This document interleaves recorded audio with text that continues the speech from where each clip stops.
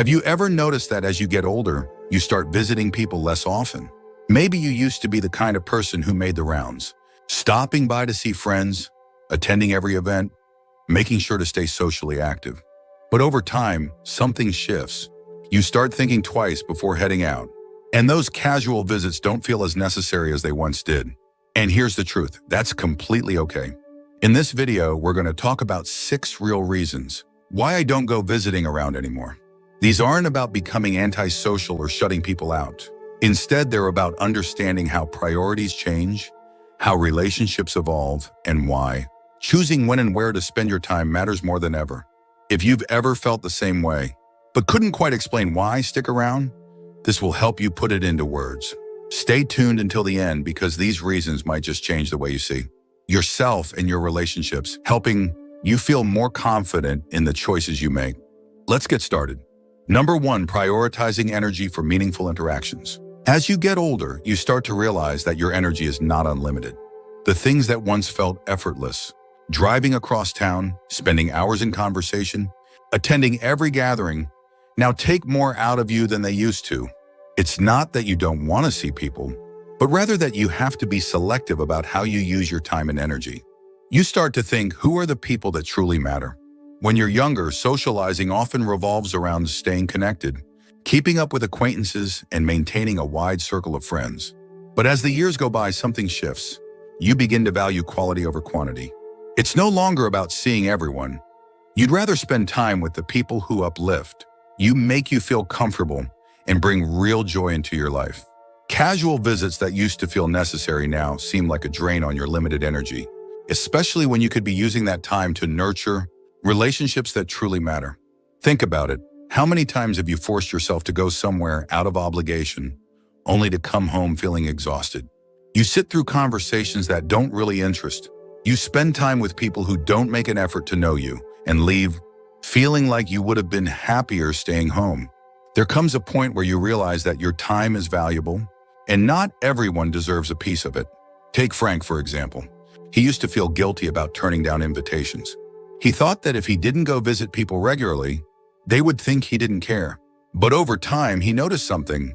The people who truly valued him didn't need frequent visits to maintain a strong connection. Instead of spending his energy on surface-level interactions, he started focusing on deeper, more meaningful relationships, and suddenly socializing felt less like an obligation and more like a true joy. It's not about isolating yourself, it's about choosing wisely. You don't need to be everywhere, and you don't need to see everyone to prove that you care. Real connections don't require constant presence. They require genuine appreciation, understanding, and a mutual respect for each other's time. Number 2, avoiding unnecessary stress and drama. One of the biggest lessons you learn as you get older is that not every social interaction is worth your peace of mind. There was a time when you might have tolerated gossip, unnecessary conflicts, or people who seemed to bring more negativity than joy. But as the years go by, you start to recognize that protecting your peace is more important than maintaining every relationship. It's not that you don't care about people. It's that you don't have the patience for drama anymore. You don't feel the need to argue over small things, rehash old conflicts, or entertain conversations that leave you feeling frustrated. If visiting someone means dealing with unnecessary stress, whether it's family tension, passive-aggressive remarks, or the same old arguments that never go anywhere, you start to ask yourself, why am I putting myself through this? Think about it. Have you ever left a gathering feeling emotionally drained? Maybe you sat through a dinner where people complained the whole time, or you visited someone out of obligation, only to listen to negativity, gossip, or criticism. There comes a point where you realize that time spent in stressful environments is time you'll never get back. And at this stage in life, every moment matters.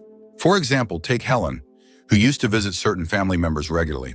Even though every visit left her feeling emotionally exhausted, there was always tension in the air, always an argument waiting to happen, always something that made her feel like she wasn't being appreciated. One day, she decided she wasn't going to keep putting herself in those situations. Instead, she focused on the people who made her feel loved, welcomed, and respected. And for the first time in years, socializing felt enjoyable again. The truth is, you have every right to protect your time and energy. You don't owe anyone your presence, especially if that presence comes at the cost of your own happiness. Choosing to avoid unnecessary stress isn't being rude, it's being wise. Because the people who truly care about you won't make you feel obligated to endure negativity just to maintain a relationship. If you're still watching this video and finding these insights valuable, please comment number 2 below to let me know you're here. And if you haven't subscribed yet, I recommend you subscribe and turn on the bell so you don't miss any videos. Your support helps us continue creating good content to inform and inspire you. Now let's move forward. Number 3, finding comfort in familiar spaces. There's something about home that just feels right.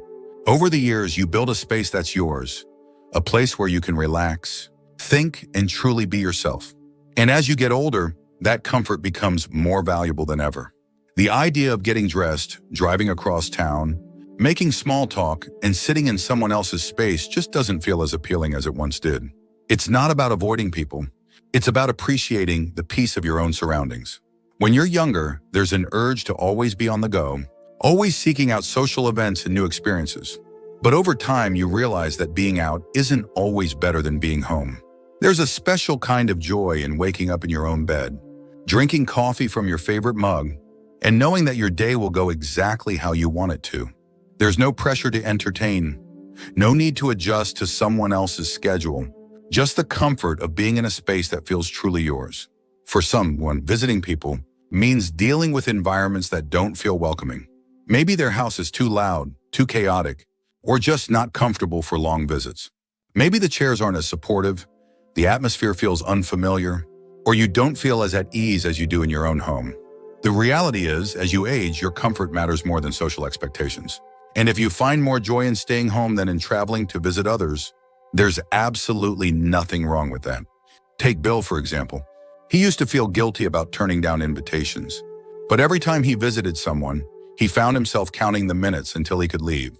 The noise, the distractions, the unfamiliar environment, it was exhausting. One day he decided to stop, forcing himself to go places just because he felt he had to. Instead, he started inviting people to visit him on his own terms. And suddenly, socializing became something he actually looked forward to, instead of something he dreaded. There's a reason why home feels like home. Because it's a space designed for you. It's where you feel safe, where your favorite things are, where you can move at your own pace, without worrying about being a guest in someone else's space. Choosing to spend more time at home isn't about isolation. It's about embracing the comfort you've worked so hard to create. Now let's talk about something that happens naturally as you get older. Realizing that not every relationship needs constant upkeep. Number 4, preferring quality over quantity in social life. When you're younger, socializing often feels like a numbers game. The more friends you have, the more invitations you get, the busier your calendar looks, the more connected you feel. But as you age, you begin to realize that real fulfillment doesn't come from the number of people in your life, but from the depth of the relationships you maintain. Instead of making the effort to visit just for the sake of socializing, many older adults choose to invest in fewer but more meaningful connections. At this stage in life, there's no need for shallow friendships. You're no longer trying to impress, prove anything, or maintain relationships that don't bring genuine joy. The people who are truly important don't require constant visits or frequent check-ins to stay close. There's a mutual understanding that friendship isn't about physical presence. It's about being there in the ways that actually matter. Think about how many casual acquaintances you've had over the years. People you spent time with out of routine, convenience, or even obligation. Now ask yourself, how many of those people truly added something valuable to your life? If the answer is not many, then it makes sense why, as you grow older, you stop feeling the need to maintain so many connections. The friendships that last aren't the ones based on convenience or habit, but on genuine understanding, trust, and appreciation. Take Nancy, for example. She used to feel like she had to keep up with everyone, calling, visiting, making plans, just to make sure she wasn't forgotten. But over time, she realized that the people who truly cared about her didn't need that constant reinforcement. She started focusing on the relationships that felt effortless, the ones where she could go weeks or months without seeing someone, yet still pick up right where they left off. And suddenly, her social life became less about obligation and more about real connection. Choosing quality over quantity doesn't mean cutting people off or isolating yourself. It means prioritizing the relationships that uplift you and letting go of the ones that don't. It's about recognizing that true friendship isn't measured by how often you see someone, but by how you feel when you're together. If you're still watching this video and finding these insights valuable, please comment number 4 below to let me know you're here. And if you haven't subscribed yet, I recommend you subscribe and turn on the bell so you don't miss any videos. Your support helps us continue creating good content to inform and inspire you. Now let's move forward. Number 5, a shift in priorities and personal reflection. As you get older, you start to see life differently. The things that once seemed important, staying socially active, being seen, making sure you're always part of the group, start to fade in significance. Instead, you begin to focus on what truly matters. You recognize that your time is limited, and you start making choices that reflect what brings you the most peace, fulfillment, and happiness.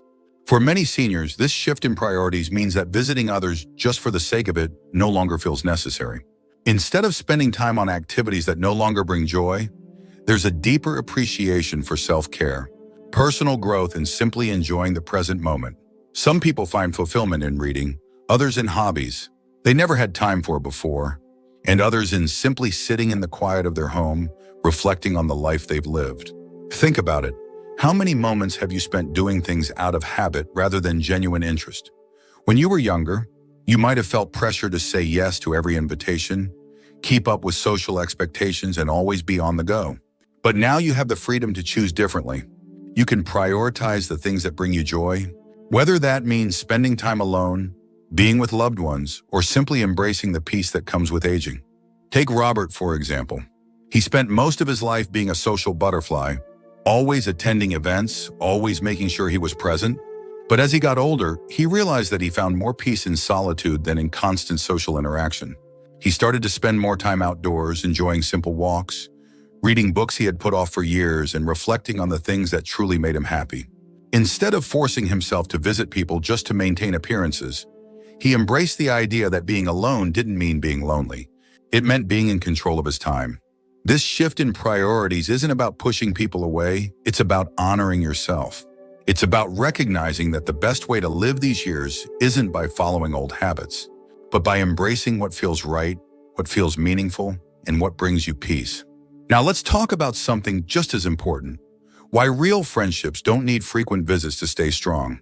Number 6, recognizing that true friendships don't require frequent visits. One of the biggest realizations that comes with age is that the best friendships don't rely on constant visits or regular check-ins. When you're younger, it might seem like relationships need constant maintenance to stay strong.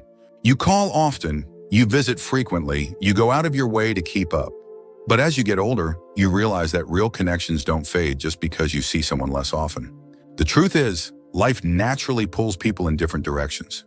Families grow, priorities shift, and people settle into different routines. But strong relationships, the ones that truly matter, are built on something deeper than physical presence. They're built on mutual respect, understanding, and an unspoken bond that doesn't need constant reinforcement. Some of the closest friendships are the ones where you can go weeks, months, or even years without seeing each other. And yet, when you do reconnect, it feels like no time has passed at all. Think about your own friendships. There are probably people in your life who you don't see as often as you used to, yet when you do, it's as if nothing has changed. You don't need to prove your loyalty or constantly be in each other's presence. The connection is already there. And on the other hand, there may have been relationships in the past where you spent a lot of time visiting, yet deep down, those friendships didn't truly fulfill you. Take Eleanor, for example. She used to feel guilty about not visiting people as much as she used to. She worried that if she didn't put in the effort, those relationships would fade. But what she found was the opposite. The people who genuinely cared about her never once made her feel guilty for not visiting more often. They understood that life changes, and that a strong friendship isn't about how often you see each other, but about how you show up for each other when it truly matters. This is why so many older adults choose to stop feeling pressure to visit others out of obligation. True friendships don't demand constant presence. They offer comfort, understanding, and the kind of bond that doesn't weaken with time. If someone makes you feel guilty for not visiting enough, maybe it's time to ask yourself if that's really the kind of friendship you want to maintain. If you're still watching this video and finding these insights valuable, please comment number 6 below to let me know you're here. And if you haven't subscribed yet, I recommend you subscribe and turn on the bell so you don't miss any videos. Your support helps us continue creating good content to inform and inspire you. Now let's move forward. Final thoughts. As we wrap up this video, take a moment to reflect on the 6 reasons why visiting people less often isn't something to feel guilty about. Life changes, priorities shift, and the way we socialize naturally evolves. Whether it's preserving your energy for meaningful interactions, avoiding unnecessary stress, embracing the comfort of home, focusing on quality over quantity in relationships, redefining your personal priorities, or recognizing that true friendships don't require constant visits. These are all valid and important reasons to choose how you spend your time wisely. One of the greatest freedoms that comes with aging is the ability to live life on your own terms. You no longer feel pressured to keep up appearances, force interactions, or visit people just because it's expected. Instead, you make choices based on what truly brings you joy, peace, and fulfillment. That's not being antisocial, it's being intentional with your time. And when you do spend time with people, it's because you genuinely want to, not because you feel obligated to. The most important thing to remember is that your value isn't measured by how often you visit people, but by the relationships you nurture in your own way. The people who truly matter will understand that friendship and love go beyond physical presence. And as you focus on the connections that uplift you, you'll find that you're left with the relationships that truly make life meaningful. Thank you for joining us today. We'd love to hear from you. Leave a comment below and share one thing you learned today and how you plan to use it in your life. Your thoughts are important to us, so don't hesitate to share them. Reading your comments gives us great motivation and encouragement. If you enjoyed this video and found it helpful, please like, subscribe, and share. Your support helps us continue creating good content to inform and inspire you. Thanks for watching, and we look forward to seeing you in the next video.